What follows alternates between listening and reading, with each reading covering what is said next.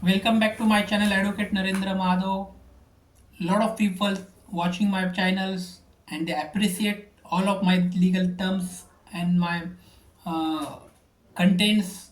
But I request to all of you viewers, please like and subscribe it because in this platform or in this content we provide all type of legal knowledge free of cost to all of you. Please like and subscribe me. दोस्तों आप सभी को like करना है, subscribe करना है क्योंकि बहुत सारे लोग मेरा ये यूट्यूब चैनल देख रहे हैं और सब्सक्राइब भी कर रहे हैं। आपका भी दायित्व बनेगा कि सब्सक्राइब करो, आगे बढ़ो क्योंकि कानूनी जानकारी फ्री ऑफ कॉस्ट यही चैनल आपको देगा। और साथ ही साथ जो भी करंट अपडेट्स लीगल लॉ के साथ साथ इंटरनेशनल लॉ हो और जो लीगल प्रोसीजर भी हम इस चैनल के माध्यम से लेके आते हैं। Please like and subscribe. दोस्तों, फेक डिजिटल अरेस्ट के बारे में बात कर रहे थे, इसलिए पिछले पार्ट में हमने क्या क्या जानकारी प्रिकॉशन लेनी है, किस तरह से हमें खुद को फंसना नहीं है, किस तरह से हमें पैनिक नहीं होना है, जो भी साइबर सेल बॉडी है उसको कॉल करना है, जो भी नियरेस्ट पुलिस स्टेशन है उसको कॉल करना है, इसके बारे में बात करिए है। आज हम सब sections application against the scammer.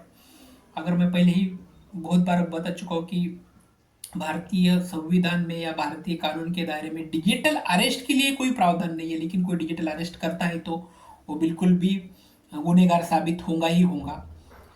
तो जो भी ये क्राइम करता है तो उनके लिए पनिशमेंट तो मेंशन की गई है, विद साइबर क्राइम के तहत हो या फिर आईटी एक्ट के तहत हो या फिर आईपीसी के तहत हो, इस कौन से भी इंडियन प्रोविजन में इसके लिए तो कोई ना कोई प्रोविजन बना ही है। लेकिन मैं पहले ही ये बता चुका हूँ कि फेक डिजिटल अरेस्ट का नाम का कोई अरेस्ट ही नहीं बन सकता, म्हणजे फिजिकल यानी फिजिकल डिजिटल अरेस्ट का कोई प्रावधान भारतीय कानून में है ही नहीं है।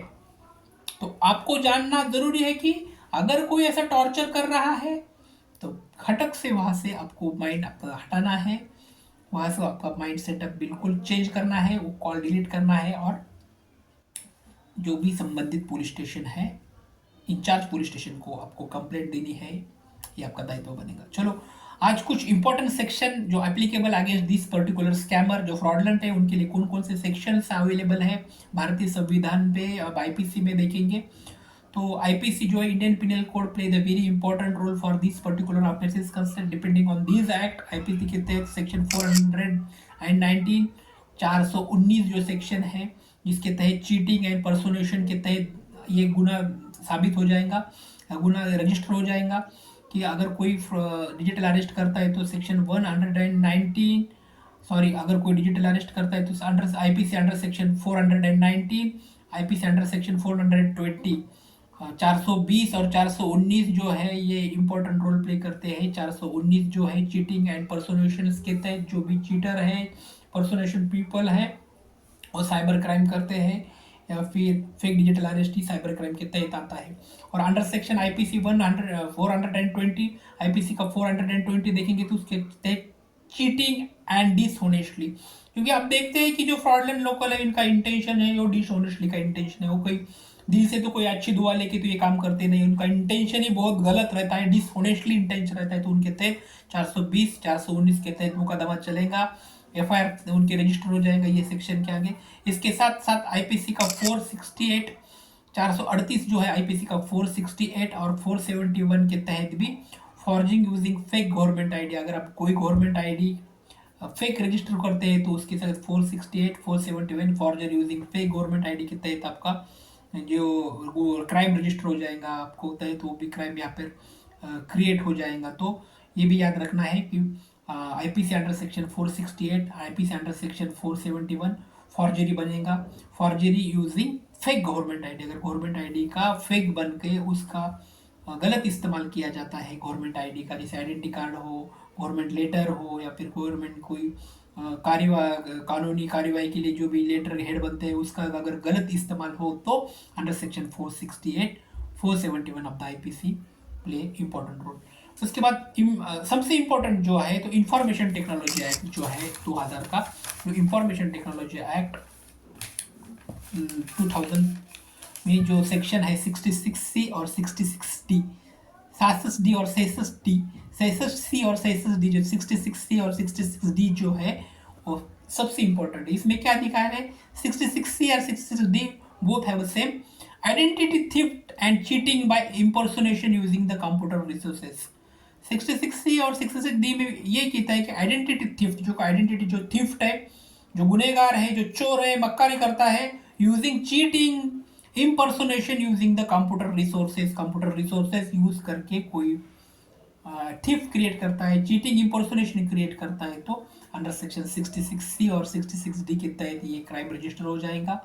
इसके साथ आप सबसे इम्पोर्टेंट आखिरी बात हम यहाँ पर फेक डिजिटल अरेस्ट के बारे में कहना चाहते हैं कि प्रिक्वेशन टिप्स हमको याद रखने हैं कि किस तरह से प्रिक्वेशन हमें लेना है। सबसे पहले most important thing is that always verify phone numbers of officials of those you caller you, please verify this number is authenticate number or not. आपको अगर कोई वीडियो कॉल करता है या फिर जनरल कॉल करके भी बोलता है कि मैं पुलिस ऑफिसर से बात कर रहा हूँ, मैं नेशनल इन्वेस्टिगेशन एजेंसी से बात कर रहा हूँ, मैं सीबीआई से बात कर रहा हूँ, मैं ईडी डिपार्टमेंट से बात कर रहा हूँ, तो इसके पहले आपको ऑथेंटिक गवर्नमेंट अथॉरिटी से ये क्रिएट करना है कि ये नंबर ऑफिशियल है या नहीं है, तभी जाके आपको आगे की इस बात उसे इंटरेक्ट करना है, नहीं तो वो फ़ोन वहीं पे कट करना है। उसके बाद government agency never conduct inquiry और व्हाट्सएप और स्काइप। अगर गवर्नमेंट एजेंसी की बात करें तो government agency never conduct any inquiry with WhatsApp और स्काइप जो ऐप्स है, या ऐसे ऐप्स पर गवर्नमेंट एजेंसी कोई भी इंक्वायरी कंडक्ट नहीं करती है और ऐसा कोई भी प्रावधान भारतीय कानून में नहीं दिया गया है। Keep cyber fraud helpline number handling, cyber crime से आपको दूर रहना है, और जो भी हेल्पलाइन नंबर आप मैंने पिछले इसमें दिया है वो नंबर मैं फिर से बताऊंगा कि वो नंबर आपको बहुत ज़्यादा ज़रूरी है। 1930 जो साइबर सेल का नंबर है, 1930 मेरे स्क्रीन के ऊपर भी मैं चलाऊंगा। साइबर सेल का नंबर 1930 को आपको कॉल करना है, और keep cyber fraud helpline number handling. और उसके बाद educate family member specially for senior citizen, आपकी जो फैमिली मेम्बर है उनको साइबर लॉक्स के बारे में आपको एजुकेट करना है, specially for those who have senior citizen. आप जैसे देखते हैं कि जो सीनियर सिटीजन होते हैं वो ज़्यादा तौर पर मोबाइल का यूज़ नहीं करते, ज़्यादा तौर पर डिजिटल गैजेट का यूज़ नहीं करते, तो उनके वजह से उनको इस तरह के फेक डिजिटल अरेस्ट में फंसने की ज़्यादा संभावना हो सकती है। तो उनको आपको एजुकेट करना है, उनको आपको नॉलेज देना है कि इस तरह से फेक डिजिटल अरेस्ट कहीं भी होता नहीं है, तो आपको बिल्कुल अलर्ट रहना है। ये जो प्रिकॉशन स्टेप्स मैंने आज तक बताई है इसका आपको बिल्कुल फॉलो करना है, इसके ऊपर ध्यान देना है, ताकि आप भविष्य में बिल्कुल भी ना फंसे और बिल्कुल भी फेक अरेस्ट को डरने का नहीं है। अगर इस तरह का कोई भी फेक अरेस्ट कॉल आपको आता है तो अपनी अरेस्ट पुलिस स्टेशन में जाके FIR दर्ज करना है। दोस्तों, ये आज तक हमने फेक डिजिटल अरेस्ट के बारे में बात की है, और what is the legal provision of Indian context of the law, इसके बारे में भी हमने बात की है। तो यहाँ पे हम रुकने वाले हैं। वीडियो आपको अच्छा लगे होगा तो लाइक करो, सब्सक्राइब करो। Thanks for watching my channel. Thank you so much.